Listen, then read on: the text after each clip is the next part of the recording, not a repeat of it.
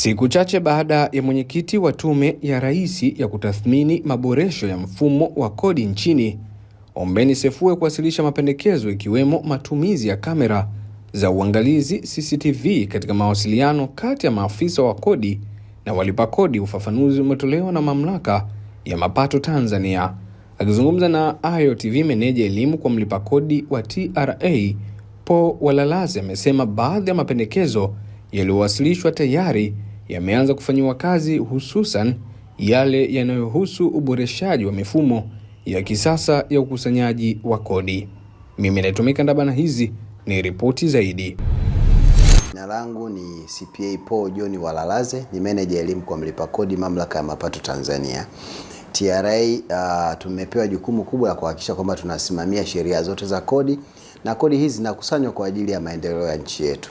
Kumekuwa na maboresho mbalimbali ya kuhusu ukusanyaji wa kodi, na kipekee tumshukuru sana Mheshimiwa Rais na pamoja na Kamishina Mkuu Yusuf Juma Mwenda wamekuwa ni chachu ya mabadiliko na maboresho haya ya ukusanyaji wa kodi hapa Tanzania tunayoyaona. Hata jana tumeona mawasilisho ya maboresho, kamati ile ya maboresho ya kodi ambayo ikiongozwa na Balozi Sefue imewasilisha maoni mbalimbali almost karibia 284 yakigawanyika katika sehemu nyingi. Mengine ni ya kisera, mengine ya kiutendaji yanayohusu taasisi yetu. Lakini tumeshukuru sana zaidi sana kwa ajili ya pongezi ambao wametoa kwamba kila mwaka kuna ongezeko kubwa la makusanyo ya kodi. Hata Mheshimiwa Rais ametupongeza. Lakini sana hapa tunamshukuru mlipa kodi huyu ambaye amelipa kodi zake kwa hiari.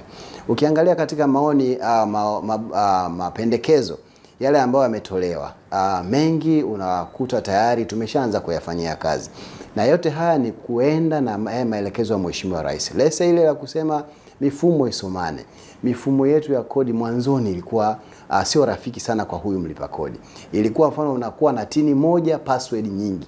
Ukitaka kuingia kwenye mfumo wa usajili, utaka namba utambulisho wa mlipa kodi yani tini, ni lazima uwe na password nyingine.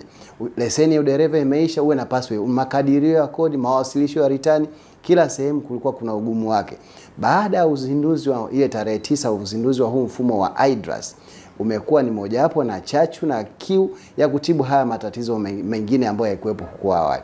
Kwa hiyo tunatoa tu rai kwa walipa kodi, tuendelee kutumia huu mfumo wa IDRAS ambao ni mfumo wa usimamizi wa kodi za ndani.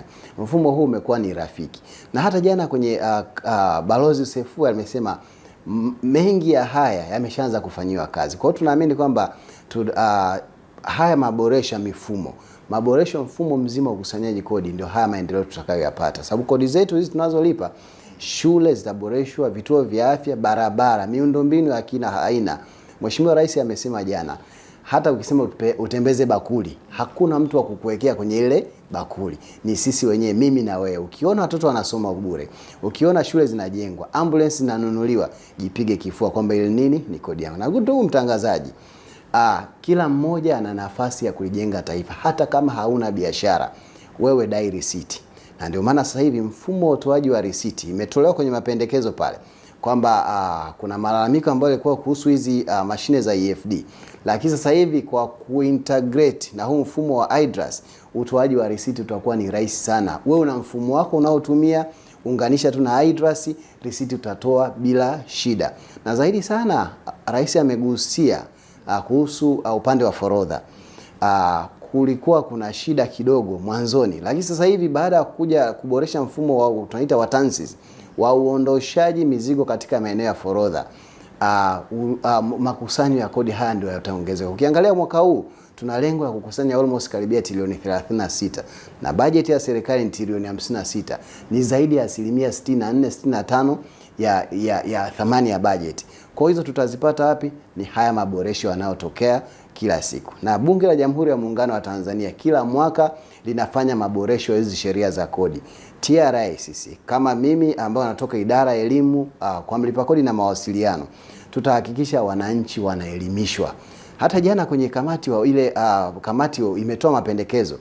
Elimu hizi za kodi ziwe kuanzia shule ya msingi. Sisi kama idara ya elimu kwa mlipa kodi tutahakikisha tunasimama na Watanzania, kila Mtanzania ajue umuhimu wa kulipa kodi.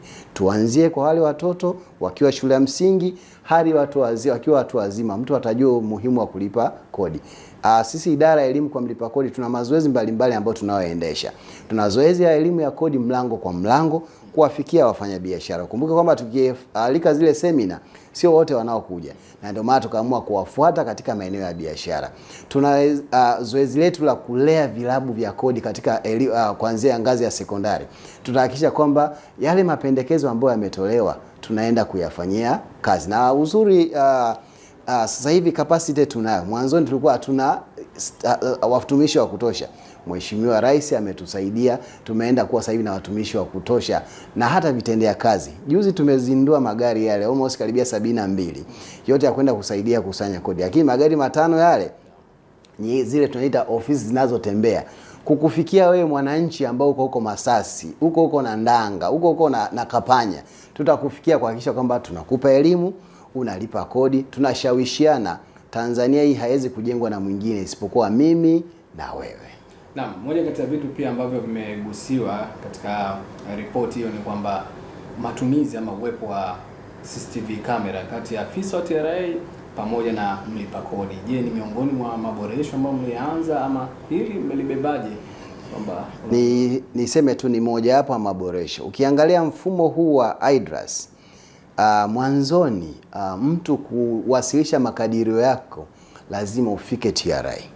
Lakini sasa hivi kwa kutumia mfumo wa IDRAS, kumbuka kwamba kwa wale wafanyabiashara wadogo, labda mwenye mauzo kuanzia 0 mpaka milioni 4, huyu analipa kodi katika kiwango cha 0.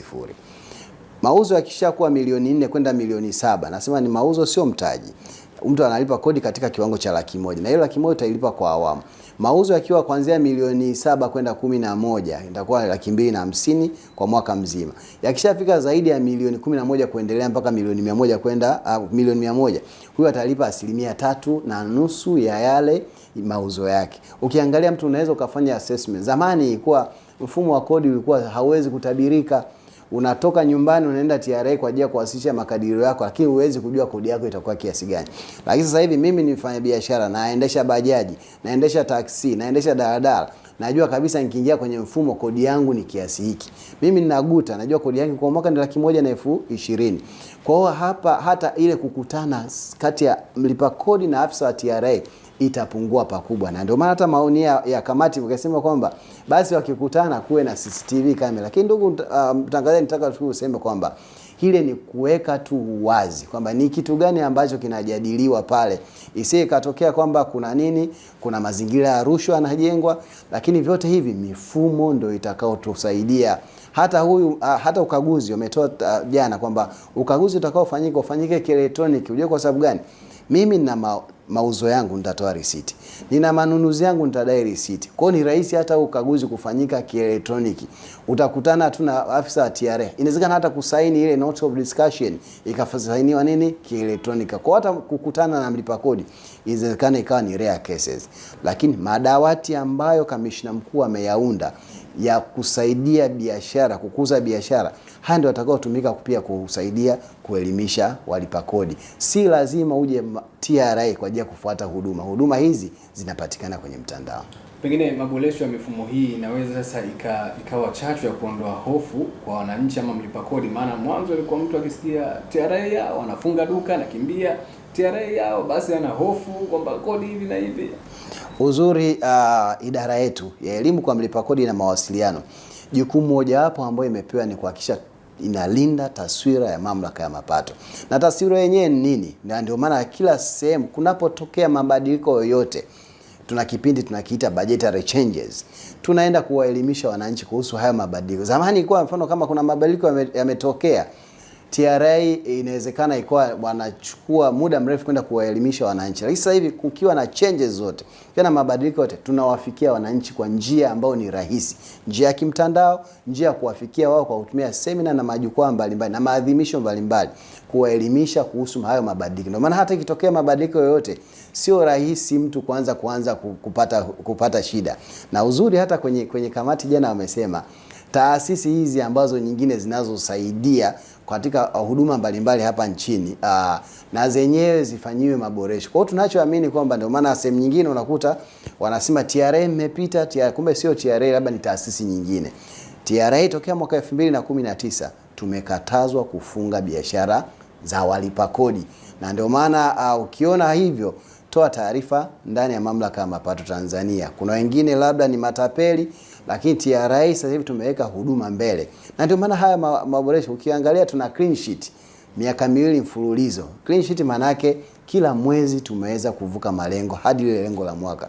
Hata sasa hivi kuanzia Julai mpaka mwezi wa pili tumeendelea kuvuka malengo. Mwezi huu wa 3 tuna lengo la kukusanya almost karibia trilioni 3.321 ya ambayo tumewekewa kwa mwezi huu. Ni pakubwa, lakini kwa ushirikiano wetu sisi na walipa kodi tumewaelimisha, tumewatangazia na kuwasogezea huduma za kimtandao. Mtu unaweza ukapata control number yako kwa kutumia mtandao, si lazima uje TRA na ukalipa kodi yako vizuri. Na hata imesaidia utunzaji wa kumbukumbu. Jana wamezungumza kuhusu migogoro mbalimbali. Hii migogoro mbalimbali ilikuwa inatokana na wafanyabiashara au walipa kodi kutokuwa na kumbukumbu. Niseme katika ukusanyaji wa kodi tuna vitu kama 5 au 6 tunavyovisitiza. La kwanza, mimi naanza biashara, hakisha biashara yangu imesajiliwa na kuwa na namba ya utambulisho wa mlipa kodi, yani TIN, na TIN natolewa bure kabisa. La pili, na hakikisha nimewasilisha makadirio yangu na uwasilishaji wa return kwa wakati. Jambo la tatu, hakikisha nimelipa kodi kwa wakati. Labda nikishajua kwenye makadirio yangu kodi yangu labda ni 100,000, 25,000 kuilipa ambayo ni robo ya ile 100,000, mwisho ni tarehe 31 ya mwezi huu wa 3. Jambo la 4, hakikisha kwamba unatunza kumbukumbu zako. Sasa zamani utunzaji wa hizi kumbukumbu sawa ilikuwa kwenye madaftari, risiti zinapotea. Lakini sasa hivi kielektroniki watu utunzaji wa kumbukumbu umekuwa ni rahisi sana. Na wanasema kwamba mali bila daftari hupotea bila habari. Jambo la 5 ni matumizi sahihi ya hii mifumo ya kutolea risiti na kadhalika. Jambo la 6 ni mawasiliano na mahusiano na Mamlaka ya Mapato Tanzania. Mimi biashara yangu ilikuwa ni ndogo, imeongezeka sasa hivi, natakiwa nitoe taarifa. Biashara yangu ilikuwa ni kubwa, nilikuwa na magari 10 ya kutoa huduma, sasa hivi yamebaki 3, mengine yamechoka, mengine yanapata ajira. Toa taarifa, makadirio yabadilishwe. Nilikuwa na biashara matawi hapa Tanzania mikoa 3, lakini mikoa 2 biashara ile imekufa kutokana na sababu mbalimbali. Toa taarifa, usife na kamba shingoni. Tuwasiliane, na uzuri sasa hivi kuwasiliana sio lazima uandike barua TRA. Mifumo imerahisisha. Ingia ndani ya mfumo kwa kutumia mfumo wa iDRAS. Kuna communication module itakurahisishia kuwasiliana na Mamlaka ya Mapato Tanzania. Labda kwa faida ya watazamaji kwenye upande ule wa kutofunga biashara. Ndio. Hebu tuweke sawa. Sawa. Ikumbuke mojawapo wa kitu ambacho tulipewa maelekezo na Mheshimiwa Rais tokea ile mwaka 2019 ni TRA kutofunga biashara ya mlipa kodi. Ikumbuke katika mambo yetu yale 6 tuliongelea, ile jambo la 3 la malipo ya kodi kwa wakati. Zamani zile ukienda kufanya hizi operations za kufuatilia makusanyo, nikikuta biashara ya mlipa kodi hajalipa, cha kwanza ni kumfungia. Na ndio maana hata hiyo notion ikajengeka kwamba TRA wanafunga biashara. Tukapewa hilo katazo. Na uzuri imesaidia sana kwa kuweka mahusiano mazuri kati ya walipa kodi na sisi Mamlaka ya Mapato Tanzania. Biashara hazifungwi. Na ukiona hivyo, baada hata kutekeleza hiyo, angalia malipo ya kodi, makusanyo ya kodi yameongezeka kila mwaka. Maana yake nini? Watu wanalipa kwa hiari. Na isikosababisha kingine, watu tumewaelimisha, tunatoa elimu ya kodi, matangazo yanayafikia kwa njia rahisi, na zaidi sana matumizi ya mifumo. Asante. La mwisho pengine maboresho ya kubadilisha jina imekaje? Jana tumepata maoni, ni kweli kabisa kuna, lakini zaidi sana tumepata maoni ya kamati ya kwamba kamati wanatoa maoni kwamba wametoa maoni kwamba jina la TRA libadilishwe. Lakini nataka tu niseme kitu kimoja. Ukiangalia ni zaidi sana katika utoaji wa huduma. Na uzuri Balozi Sefue amesema kwamba kwenye hii ripoti yake kwamba TRA jitahidi kuongeza utoaji wa huduma. Hii kitu tayari kamishna mkuu ameshaifanyia kazi kwa sehemu kubwa. Watumishi wa TRA wa sasa hivi wanapewa training au mafunzo juu ya utoaji wa huduma zilizo bora na zinazozidi matarajio ya mlipa kodi, ili kuhakikisha kwamba hata nikija ofisini, in case nikija ofisini, niweze kuhudumiwa vizuri. Ikumbuke kama sasa hivi ni mwezi wa 3, ni kipindi cha makadirio na malipo ya kodi ya awamu ya kwanza. Na kipindi hiki sisi TRA tumekitumia vizuri kuhakikisha kwamba tunawaelimisha watumishi wetu, ili watu wakija kuwasilisha makadirio waweze kuhudumiwa vizuri. Issue ya jina ni mindset. Cha kwanza tumeanza na sisi TRA yenyewe kubadilisha fikra na mtazamo wetu kwa hawa walipa kodi, ya kwamba bila mlipa kodi kuwepo hata ya makusanyo hatutayapata.